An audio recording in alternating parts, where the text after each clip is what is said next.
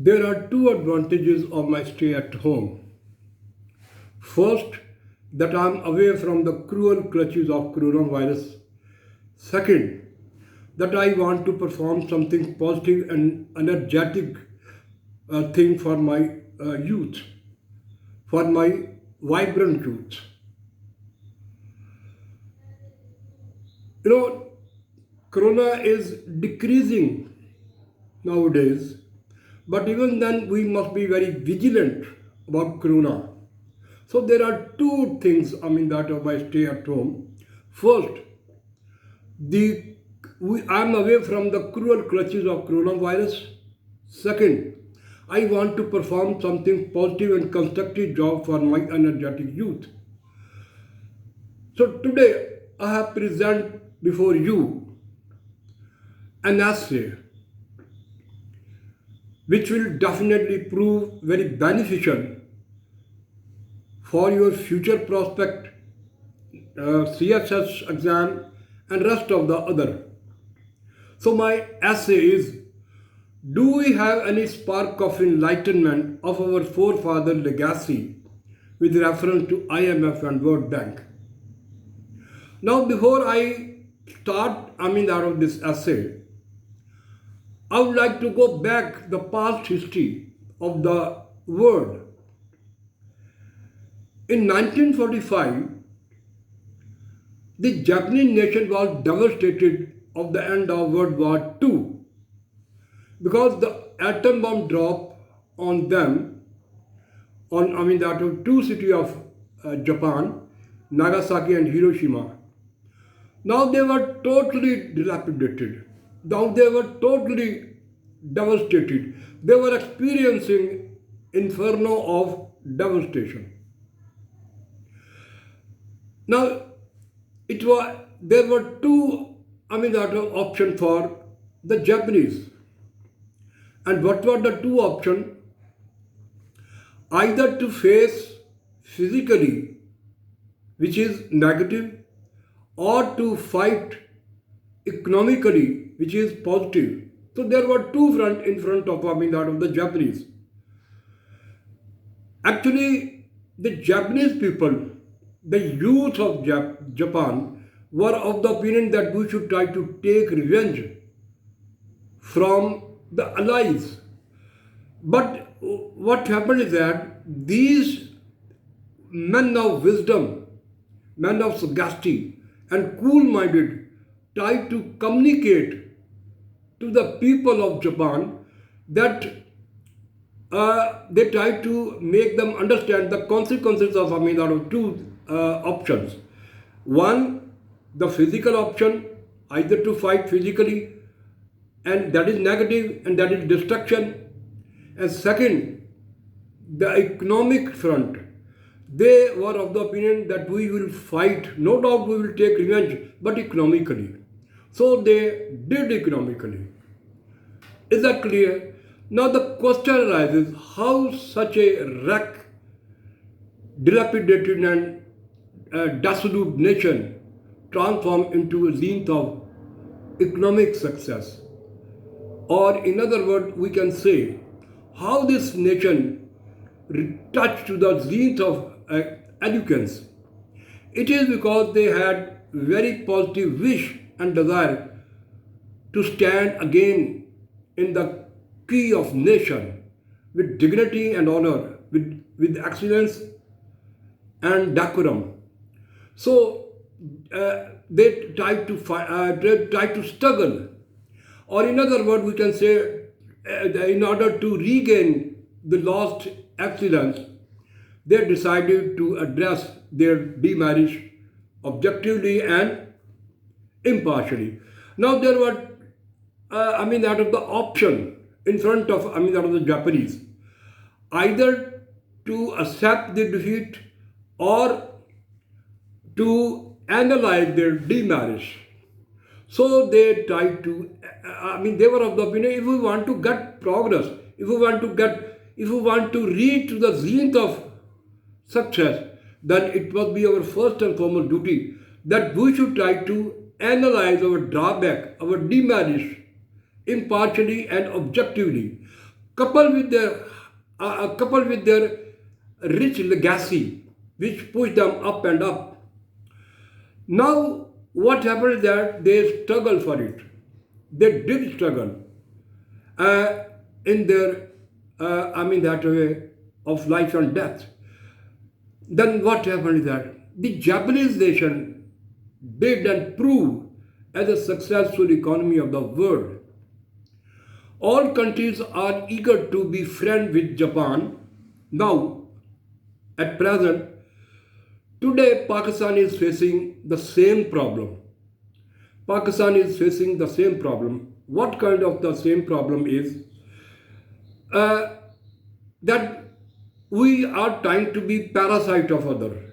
We are trying to be depending other. In other word, I am of the opinion that we are very much uh, in the grip of IMF and World Bank. So we get loan. Now what happened is that these people, these donor countries will definitely work for their own personal benefit, not for the benefit of that of the receiving country. It is quite clear that the very function of that of donor country is that they work for their own benefit, not benefit of that of the that of Pakistan. It is because of the fact that the receiving country cannot have their choice. And in this way, our economy going down and whatnot. Consequently, then what happened is that our economy is tangled into a nerve-ending conundrum, riddle and puzzle. So that was very that are crucial things because uh, IMF and World Bank is trying to squeeze the blood of that of the our economy. So either to leave IMF or to keep on continue. But experience has shown, the world experience has shown, those countries who are directly indirectly parasite of IMF, they cannot dwell. I would like to give the example of that of a Bangladesh. Now let us find out the example of Bangladesh and India. You know, Bangladesh went to IMF for once only. After once they realized the dire consequences of their future economy. So they quit after going to IMF only once. They quit IMF and they started struggle because they were of the opinion if we try to become independent, then we will struggle, then we will get success. Now there is an example of that of India and China. This is one of the most important things. If we try to compare China's economy is better as compared to, rather I would like to say best as compared to the Indian. Indian economy is not good as compared to Chinese economy. Now Chinese economy is one of the best economy of the world. Now why it is so? It is quite clear that from the very beginning, the Chinese people, the Chinese leader, Mao Zedong, their cherishing leader, he was of the opinion that we shouldn't try to become the parasite of other. We shouldn't become the that are dependent of other. So when the European industrialists came in China and tried to introduce their economy, tried to introduce their commodities, Chinese leader Mao Zedong refused to accept because he was of the opinion that in this way they tried to become the part of that of others. They will try to follow the policies of other, and if they try to follow the policies of other, then they don't have any choice. So from the very beginning, the leader, that is Mao Zedong, tried his level best that the Japanese people will not try to tie with that of the IMF or World Bank and things like that. So he, in his that of speech, tried to inculcate in the mind of Chinese people, in the mind of all Chinese people try to infuse and instill into the mind of all that of a Chinese people, that they shouldn't try to become parasite of other, that they shouldn't try to become the independence of other. So from the very beginning, he inculcate in their mind to be, that way, independent. So that independence, now their economy reached to the zenith of success. It is because of the fact that they don't try to become the parasite of other. So same is the situation is that of a Japan, India, and Bangladesh, and Singapore, Malaysia. These are the countries, they don't try to become the parasite of that of other agencies. So in this context, I am of the opinion it must be our first and foremost duty that we should try to shatter illusion. We should try to shatter misconception about our future prospect.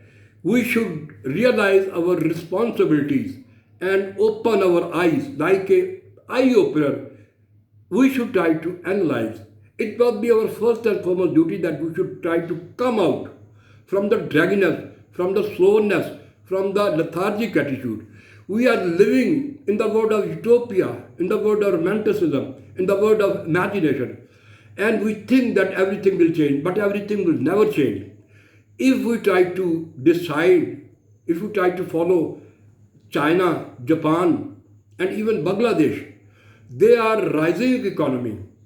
It is because of the fact that they don't try to become the parasite of other, but they try to depend their own ability. So same, that of situation, Mao Zedong tried to communicate the people of China that they should try to become not the parasite of other. When you become the parasite of other, you will be destroyed, you will be dilapidated. So he was of the opinion that don't try to become the parasite of other. So same is the situation, those countries who never try to depend upon the other. For instance, again, I would like to give the example of China, Japan, Singapore, Malaysia. These are the countries who never try to depend on other, and they rise like a successful economy of the world.